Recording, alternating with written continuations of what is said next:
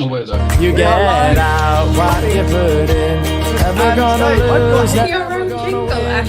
Long as you're happy, you're always gonna grin. You get out what you put in. You get out what you put in.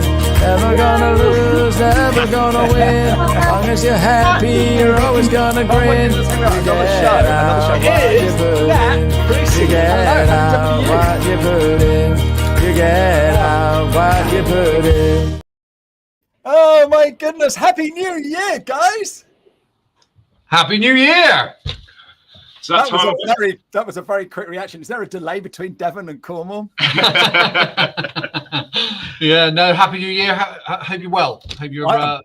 Yeah, look, you can tell. I'm absolutely buzzing. Absolutely buzzing because good. we are bringing you BizFest Podcast Takeover. How exciting is that? It is so good. Exactly. In the green room, we've got 3 terrified people. So tell everybody who you are, what you're doing, please, Gavin and Jamie. So I'm Jamie. I'm one of the directors of Forefront Events that runs BusinessFest, and this handsome gentleman to my left is Gavin Harris. Yeah, it's a thing, yeah. Well, I don't get called handsome very often, so I'll take it where I can. Yeah, should have gone to Specsavers. Anyway, we've got BizFest coming up this year. It's in April. Happening. Yeah. When is it? When is it? So we're on the 2nd of April at the West Point Arena in Exeter, and we're flying. It's going to be a big day, actually. Good. And every single Monday in the run-up to that show, you're going to be here chatting to me, and we're going to have 3 different people every single week. And we're going to find out about their businesses, what they're doing, what we should be doing to run an amazing business. And you've got some exciting things coming up as well. So what have you got to tell us this week? Yeah, so basically we're going to be running our second ever pre-show networking event at Bovey Castle on the 28th of January. So it is the 28th, isn't it? I'm just checking. On the 28th of January. So this is following after our initial pre-show networking event, which was at Exeter Science Park on the 29th of November. So it's exclusive just to our exhibitors and our partners and our speakers. There's still plenty of time to join the event and be a part of it. We've already got exhibitors picking up return on investments from our pre-show networking events. So please do reach out to us. Yeah, that is, and I can guarantee that the venue is the best ever. I used to work there donkeys years ago, so it'd be lovely to come back and see what it looks like now. So I am really looking forward to that. So yeah, awesome. Right, guys, I'm going to let you go because I've got 3 amazing people that I want to let into the room. See you next week. See you next week. Take it easy, Ashley. Bye. Well, there you go. Look at that. How exciting is that? So we're going to bring in Sharon, we're going to bring in Richard, and we're going to bring in Stephen King. I've read all your books, Stephen. Well, surely not all of them. You're not old enough to have read all of them. I take it you're a different Stephen King. Unfortunately, I'm not that Stephen King. Okay, that's cool. Well, I don't know, because some of the books he's written, you'd sort of like think, hang on a minute, what's going on in that mind of his? So yeah. I'm not sure I'd want his mind, to be fair. So I want a quick introduction. I want a quick introduction from everybody. So Sharon, ladies first, tell us who you are, what you do. Hi, I'm Sharon Clapp. I work for a company called Investor in Customers, and we measure companies' customer experience. I put my teeth in when I say that. So we deal with companies large and small, measuring customer experience. But I'll talk a little bit more about that a little bit later. Wow, we all need that, don't we? Richard. Hi everyone, I'm Richard Palmer. I run a company called Short Train and an offshoot of that called Sales Station, which is targeted for to small businesses. And my role is to help businesses make more sales and profit by improving the way they communicate their value to their customers through great sales techniques. Fantastic. So we can sell our business or sell what we do in our business. So Richard can help us with that. Sharon's going to make sure that our clients get an amazing customer experience. Stephen, what are you bringing to the table today? Okay, well, my name's Stephen King. I like to be called Steve. Me and my partner run a business next to called Exec Airport Transfers. We provide an executive transfer service mainly to airports and seaports, but we want to expand to show businesses that we can be there for their CEOs, and for any sort of travel throughout the UK, really. Fantastic. Oh, you have been hit this year with weather and stuff, haven't you? It's been, yeah, I mean, we've been a little bit fortunate. We've sort of managed to miss most of it, but it's been, yeah, you know, there's been a lot of airport closures and things like that, and made it tougher. But it's everyone likes a challenge. No, fantastic. And you guys are all exhibiting at BizFest, yeah. So that's fantastic. Yeah. And part of that is you're going to come and tell us a little bit about your business today. I'm interested to know, why did you sign up and book a stand at this exhibition? Let's go. I'm going to keep the circle going the same. So I'm sorry, Sharon. I'm going to get picked on. Absolutely. I'm sorry. No worries at all. So we've been in business since 2006, and we've traditionally dealt with just sort of larger corporate companies, 30 and above staff, sometimes even bigger. We deal with quite a lot of the large insurance brokers and everything, but there's a really good market there for us, for everybody. And customer experience shouldn't be just for the big companies. It should be for everybody, from the sole trader upwards. And so we are exhibiting because we are literally launching our IIC Small Business Award, which will enable smaller businesses to go through and be accredited, basically be valued and verified for their customer experience. Small businesses like this one. Perfect. Are you going to Bovey Castle? Hopefully. I've just written it down on my notepad, actually. So right, okay. I need to double check. I will see you there. And someone else who's going to be there is going to be Louise McGill. So I'm so looking forward to meeting you, Louise. We've been chatting for ages. She's a superstar. Well, I've got people there. We've got Bill. Do you know Bill, Sharon? I don't know Bill. I don't think. He's saying here, thanks for having Sharon on. So a fan, look at that. And Michal is always watching my show. So hi, Michal. Happy New Year to you too. If you're watching and you've got any questions for our specialist today, then please put a question in the chat. Then we can bring you in and ask those questions. Come on then, Richard. Question to you then. Same question. Well, I can almost echo absolutely what Sharon just said. For about 20 years now, I've been training large corporate teams in sales techniques and helping them to grow their businesses and their profits and things like that. And about 2 years ago, I kind of started thinking, actually, that we're missing out on helping the biggest part of the UK economy, and that's small businesses. So we've launched a new program called Sales Station, which is dynamically targeted towards small business owners who have to learn how to sell themselves in order to develop their businesses and grow further, which is a key element to the bits that people are missing. We are always passionate about setting up a small business because we're good at what we do. We know what we're doing and how we're doing it. What we often don't know is how we communicate that to our potential customers and clients. So we've launched Sales Station, which is a way for small business owners to access the same training that the corporates get, but geared directly towards their particular needs as a small business. Yeah, and that's why I'm going to BizFest, because I want to meet all these people. Absolutely. And they're going to be there. There's going to be a lot of people there that are, like me, running a small business from a shed in their back garden. And we're going to be able to go there and get everything the big boys get, don't they? Stephen, absolutely. why are you exhibiting, Stephen? Steve or Stephen, or don't you mind? Prefer Steve. Okay, Steve. So we've Exec Airport Transfers. We've been going for about 3 years now. Obviously, as the name suggests, we've been doing lots of airport transfers.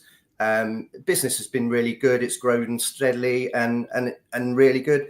But we wanted to branch out. We wanted to make people aware that it's not just for airports. And we've had clients that have been with us for almost 3 years and didn't know that we could take them to other places.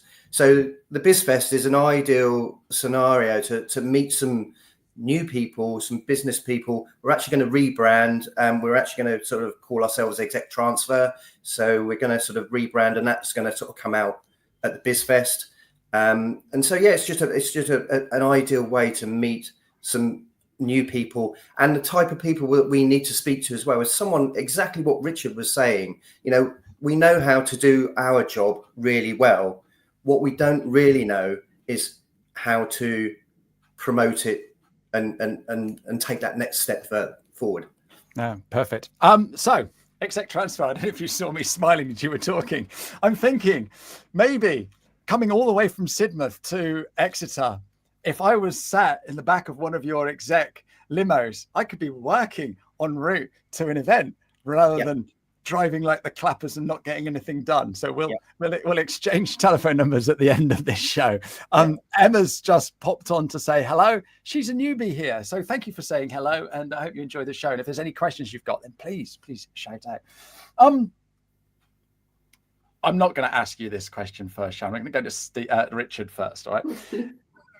When we're running a business and loads of things are happening and we hear all kinds of stuff in the news, what do you think is the most important quality for a business owner today, Richard, to adapt and thrive? It's fast and it's evolving, and you know, we've got another government just come in, and I don't know what press you're reading. We might have another one soon. I don't know, but you know, what's the most important quality for us to, you know, adapt and thrive? Personally, in my experience, it's almost to shut all that the noise out. That you have two circles. You have a circle of influence and a circle of concern. And the circle of concern is basically stuff that you should know about, you should take on board, you should understand, like the economy, like the way that the country is being run at the moment, like the way that might be affecting businesses. But you can't actually change it. You can't do anything about that unless you're going to run for government and become prime minister. Who wants to do that? Yeah, well, exactly. But we do have a circle of influence, and it's those things that we can actually make a difference to. And key things we can make a difference to are the way that we interact with our customers, the way we look after them, the way we identify them, the way that we present our proposal to them, be that through marketing, through sales, through presentation. The way that we conduct business is entirely in our control, and shutting out that noise and preventing it from letting it distract you from what you want to achieve is, I think, is absolutely vital as a small business. And of course, it's going to nibble away at the edges when the economy changes, and potentially your customers might be affected by it, but that shouldn't change your overall plan, your overall goal to drive through and make your business a success. No, I love that. Great points there. Steve, I bet you've got a few things to say, because you said you're rebranding. You've got all kinds of competitors coming into the market and stuff like that. What do you think are the most important qualities for a business owner today? Well, I think for our business, it's the attention to detail. It's listening to your clients, listening to what they want, what they expect. And I think just caring about other people's businesses as well. You know, we always try and sort of think that, you know, we're not just providing a service. We're actually sort of being part of your business. If we're taking you to a business meeting, we're part of your business. So it's all a matter of just being aware of what everybody else needs, and just trying to, just like Richard says, concentrate on what we're doing, concentrate on your own business. And if you're doing the right thing, you'll carry on being successful. Yeah, no, absolutely. Sharon, you're probably having loads of conversations with people like this at the moment, aren't you? Definitely. And the thing is as well is that some people think customer experience falls under the nice to have category. And I'd argue that it's actually probably the most important thing of all, because if you don't have customers, you don't have a business, right? So if you don't look after them, they're going to go elsewhere. And the markets, no matter what business you're in, are so competitive at the moment. So you really need to differentiate by being special, by really, really looking after your customers. So I echo most of what the boys have both said then. But yeah, it's got to be key. No, definitely. I like how you call them boys. I'll take it. but the thing is, today customer expectations are a lot higher. So, aren't they? Yeah. You know, what would, how do you approach exceeding those expectations today? Steve, you were going to say something. Yeah, in a way, people's expectations are higher, but in a way, I think to a degree they're not, because for me, the level of customer service nowadays is nothing what it was like, say, 20 years ago. It's an awful lot shorter than it ever used to be. So some people are actually okay with things being adequate.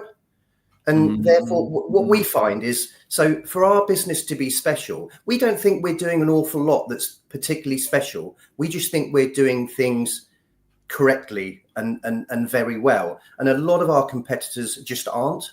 But the flip side of that is, yes, you know, when people are paying a lot of money for a product or an item or a service, their expectations are high. But I personally don't think it's difficult to give exceptional service. You know, do you know what went through my mind just then? Ronnie Barker and David Jason, open all hours. Open all hours. You know, funny that it was, but that was customer service. You know, in the olden days, you know, and the lovely the two Ronnies sketch with the 4 candles. That was customer service. And like you say, nowadays, when someone's polite to you in a shop, that's abnormal. You know, also you might go to you might go to a restaurant and the service is okay, and people will tip because it's been okay, because it hasn't been bad. Yeah. And you sort of think, we shouldn't be tipping because it hasn't been bad. You should be tipping because it's been very good. Outstanding. Yeah. You know, Absolutely. The other thing is, that people look at, Richard, that people look at customer service and think it's exactly the same thing, and it really, really isn't. So customer service is transactional. Customer experience is the whole journey from start to finish. So whatever, throughout your purchasing journey, whatever it may be.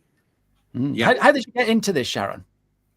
So I was in travel, believe it or not, for a long time, and I just basically fell out of love with the travel industry. It's sort of got very cutthroat, very competitive, and I didn't like it at all. The customer service, customer standards have gone right down, haven't they? Didn't it just? And it was more about bums on seats than it was about, you know, creating a fantastic holiday, etc. And I literally got so disillusioned with it, and so I fell into this job, and I've literally just celebrated my 14th anniversary with the company this weekend. Actually, it came up, yeah, I mean, it's just something I'm really, really passionate about, customer experience, and obviously, as you alluded to in sort of the bits you've written about me as well, I'm also a menopause wellness practitioner as well, and I do a lot of sort of personal coaching for ladies, etc. as well. So everything is all about making people better and supporting people, basically. No, love that. You were going to say something, Richard? Yeah, I was going to kind of relate it through to the way that we work with our customers. You see, one of the key elements, I'd like to change the word sales and selling into communicating your value, because that's effectively what it is. And sales is a bit of a scary thing. But what I find fascinating about it, you communicate your value to your customers effectively, they buy from you. If you don't then deliver on that value, they won't buy from you again, which is where the customer experience comes in. And that whole circle has to go through. And if you really want to grow your business, selling to somebody once is not good enough. You need to be able to sell to them again and again and again, and also deliver such an experience that they rave about you to everybody else. That's where growth comes from. You don't get growth by selling once. You only get growth by retaining and growing the spend from your customers. So having great sales techniques is one thing. Having great customer experience and retention is the next step up. Absolutely. No, absolutely. Yeah. But the thing is, so many people get it wrong, which is what Steve was alluding to. So how do we get it right? What's if you've got an idea, go on, share an idea. What gets it right? The way I look at it is, how do I want to be treated? You know, if I book, and again, I can generally only relate to what I do. So, but if I book my service, what do I want from it? You know, or if I'm booking it for my 90-year-old grandmother who has to go and stay with her daughter somewhere. What would I expect? I'd expect the driver to be courteous. I'd expect him to look after her, you know, and just how the way I want to be treated is the way I look at how I treat my customers. And it seems like a really simple scenario. But yeah, I mean, a silly little thing, and it sounds silly. We're supplying Devonian water to all our customers. I spoke to one of our colleagues who's been in the trade for probably about 20 odd years. And he said, well, I only give bottled water to my customers if they ask for it. Now, who, when they're booking a long distance transfer, is going to say, oh, and and can you provide me with some water, please? That doesn't happen. So that it's just, that's a little thing that we do that we think makes us a little bit better. It's nothing special, but it's just a little thing. It's the unexpected, isn't it? Yeah. It's the unexpected. You sort of like, you know, when you go back into your hotel room, when you've been out for a meal and what have you, you go back to your room and they've turned the bed down and there's a little chocolate on the pillow. It costs next to nothing to do. But oh my goodness, doesn't it make you feel good? Yeah. It really does. But one interesting thing is actually, yes, going over and above creates those emotions and those feelings. But just delivering what you promised is the first step. And what was one of my clients recently said to me that they'd started creating letters of expectation. So they exchange a letter of expectation with their clients. So each of them writes one and says, this is what I expect from you because you're buying something from me. And the client saying, this is what I expect from you because you're supplying me. And this is our frame of agreement, basically. And we're going to make sure we deliver on what each of us expects. And that's got to be the starting point. I thought it was a great idea. I really like it. Yeah, no, fantastic. Sharon, have you got anything to add?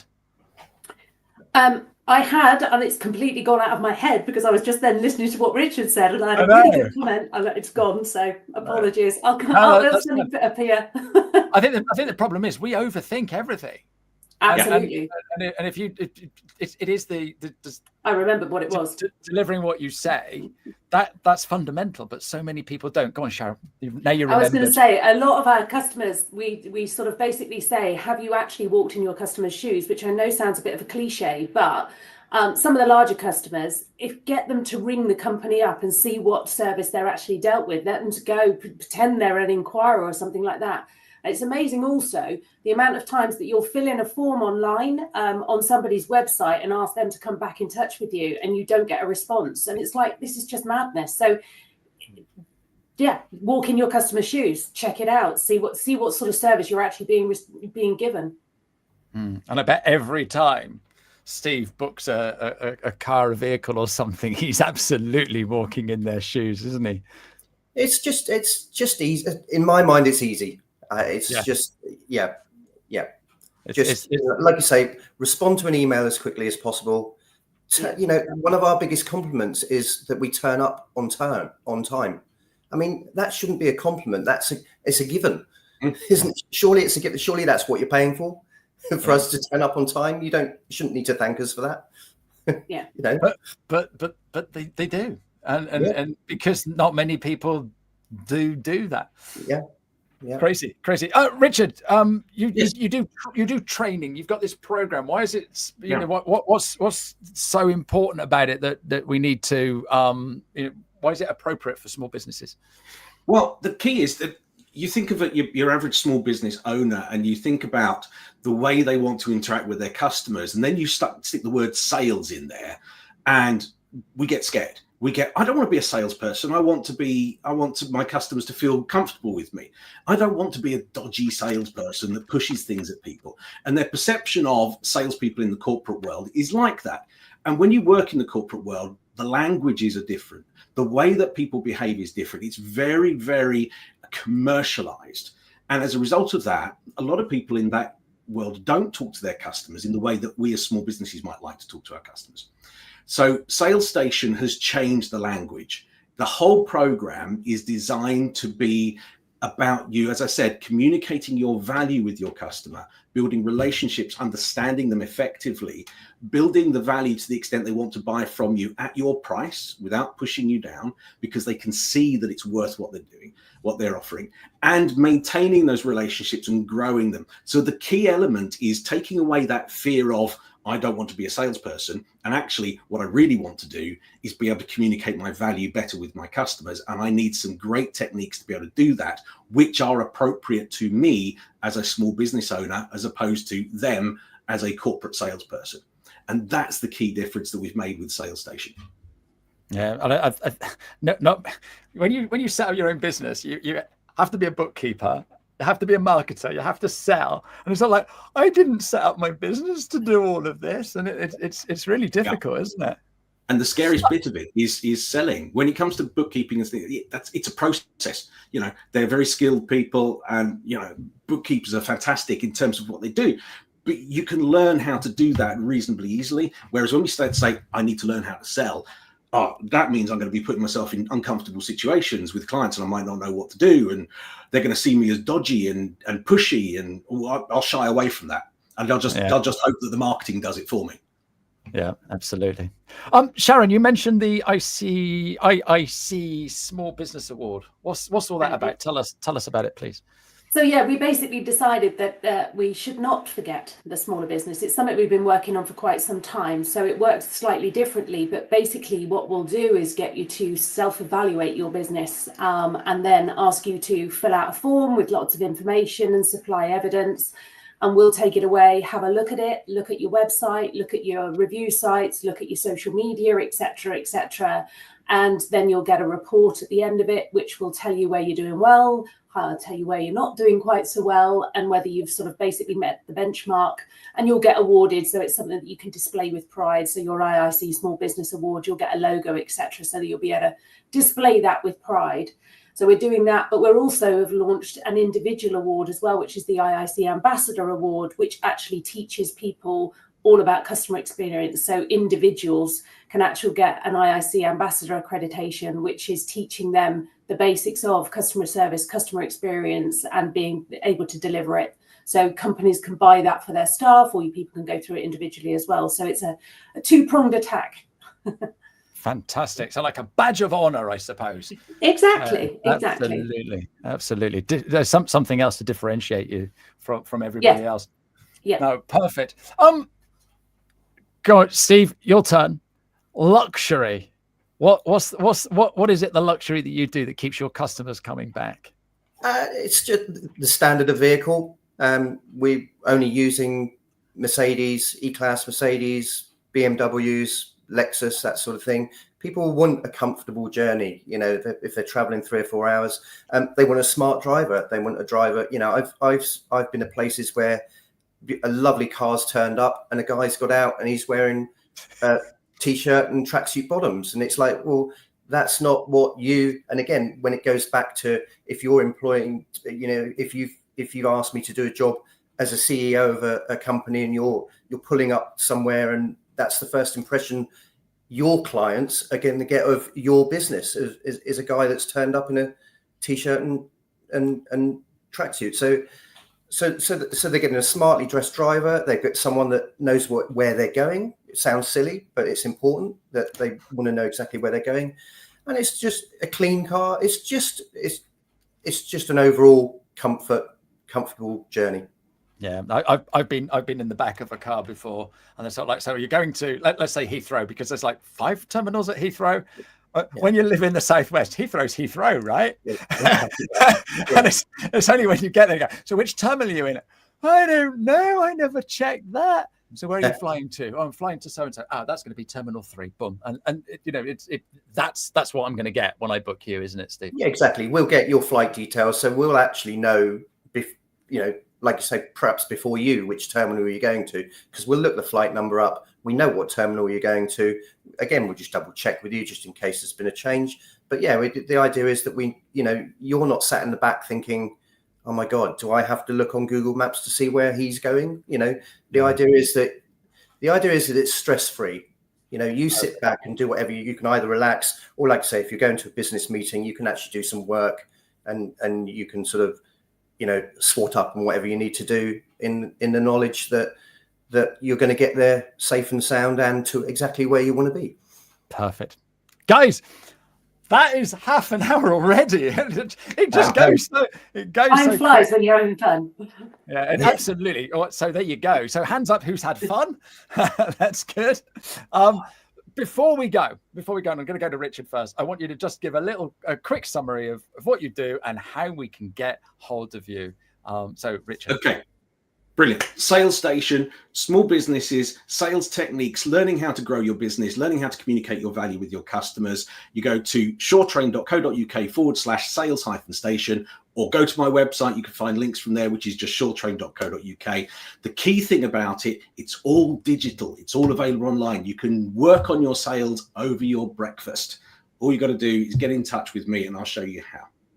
Perfect. And you guys are going to drop your links in to LinkedIn afterwards. And they're also on the podcast if you're listening on the podcast. Sharon, your turn. Okay, so you can get hold of us by investoringcustomers.com. The Small Business Award, also the Ambassador Award, both are available on the website, and or me on LinkedIn. And last but no means least, Steve. So again, you can get a hold of us on the website, which is exectransfer.co.uk. We're on social media, Facebook, Instagram, obviously LinkedIn. By phone, we have a direct phone landline, 01392 327777. So you can actually speak to a real person, which is always nice, or email, and so any ways you want to talk to us, we're happy to respond. Fantastic. Final comment from me, Hal. Great chat, and thank you for sharing all your thoughts. Next week, we are doing this all over again. And I have got Elaine, Emma, and Claire joining me. So we're going to be having another chat next week. Guys, thank you so much for coming on. I will see you all at BizFest in April. I will see you in a couple of weeks' time at the hotel because we're special and we get to go. But thank you very much indeed. Cheerio, everybody. Thank you very much. Thank you. Cheers, everyone. Bye-bye. Bye. Bye. Get out what you put in.